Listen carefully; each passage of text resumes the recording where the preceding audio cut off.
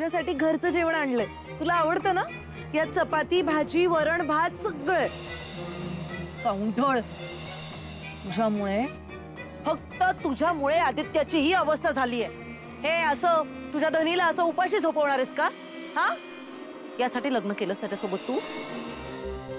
आज ऐक, तू याला सोडून दे, म्हणजे त्याची आई त्याला परत स्वीकारेल आणि माफही करेल. पण आदित्य, अजूनही वेळ नाही गेलेली. हे बघ, तू लवकरात लवकर हिला सोडून दे आणि आपल्या घरी परत ये. आणि प्लीज आता एक घास खाऊन घे, प्लीज प्लीज.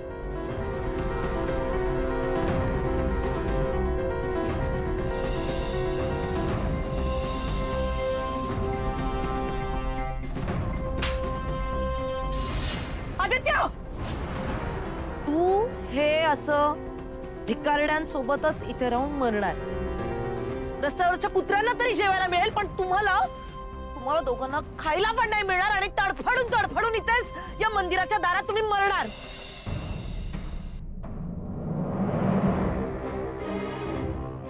आजपर्यंत एवढी मनापासून सेवा केलीये तुझी,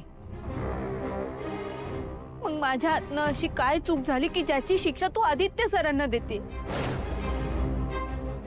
हे काय येळ आणलीये माझ्यावर? एक बायको म्हणून माझ्या नवऱ्याला पोटभर खायला सुद्धा घालू शकत नाही मी.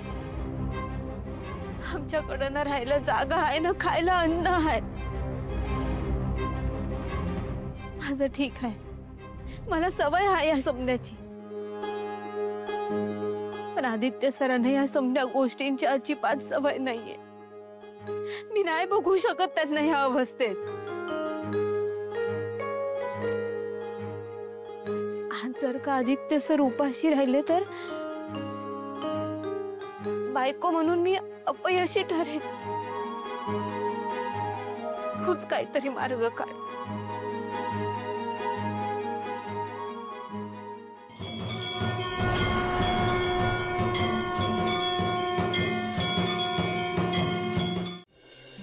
खूप शाणी समजते ही दिशा स्वतःला. म्हणजे काय आहे, जसं काय तिने जेवायला दिलं नसतं आम्हाला तर आम्ही उपाशीच मेलो असतो ना. हे घ्या प्रसाद, या गुरुजींनी दिलाय.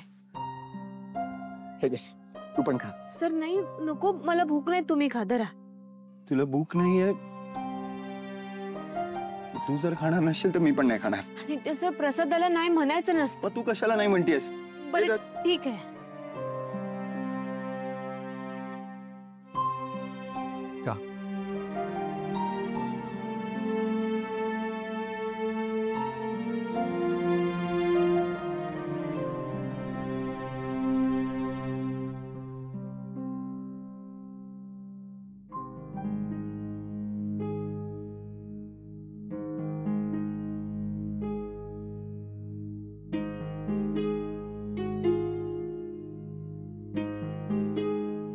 अशी वेळ येईल कधी, माझ्यावर असं कधी वाटलंच नव्हतं. मला ना भूक सहन नाही होत. आईने पण आजपर्यंत कधी मला उपाशी झोपू नाही दिलं.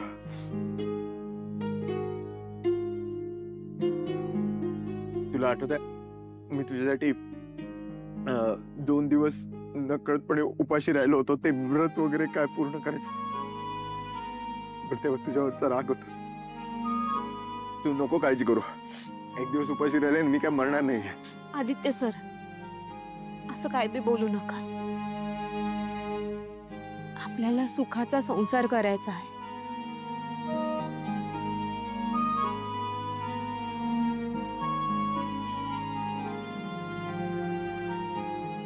पारू, मला असं वाटतं काम शोधलं पाहिजे. आपली कुठेतरी राहण्याची व्यवस्था बघितली पाहिजे. आणि तू ना एक काम कर, तू स्वयंपाकासाठी जे जे सामान लागतं ना त्याची यादी करून घे. काही करून आपली राहायची व्यवस्था झाली पाहिजे आज. हे दे. सर खाऊन दे. जरा फ्रेश होऊन येतो कुठेतरी. हा, पण तू इथेच थांब, कुठेही जाऊ नको. हा,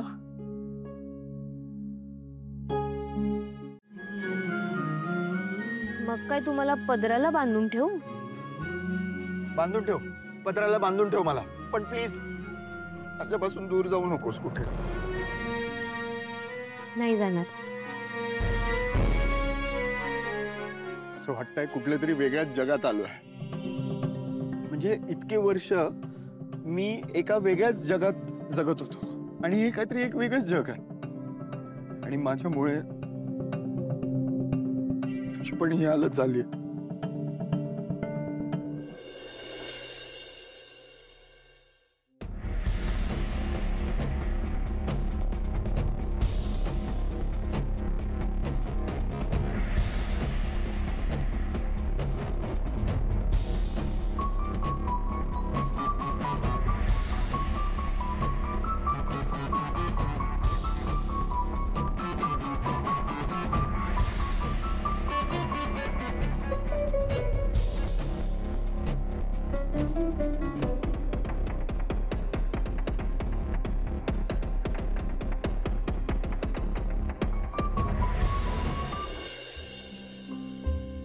मला खरंच कळत नाही आपण कसा संसार करणार आहोत. आदित्य सर, आपण छान संसार करणार आहोत. आत्ता खरी सुरुवात झाली आपल्या संसाराला. तुम्ही मला फक्त एक वचन द्या. काय बी झालं तरी तुम्ही खचणार नाही. आता समजा चांगलं होणार आहे. जे काय बी वाईट व्हायचं होतं ना ते होऊन गेलंय. आईने आपल्याला घरातून बाहेर काढलंय. असती आपल्या सोबत नाही याच्यापेक्षा वाईट अजून काय होऊ शकतंय. मी म्हणूनच सांगते तुम्हाला सर, समजा चांगलं होणार आहे.